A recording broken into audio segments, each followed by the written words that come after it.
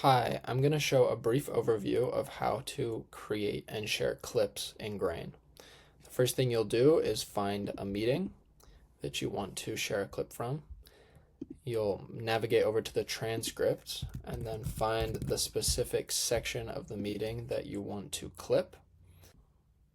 Once you find it, you'll highlight it and then select clip. It will generate a summary, but you can rename it whatever you want here. Click create and it'll show up here on the right hand side under clips. And all of the clips that you make for a given meeting will show up here. There are a couple options here once you have your clips created. You can start by copying this link to send the clip to whoever you want. You can also click the three dots for a more extensive drop-down list. You can add this clip to a story. You can download the clip. You can copy the transcript that is linked to the clip. You can copy the embed frame, and you can also send it to Slack. You can also select copy clips to copy all of the clips that you have here.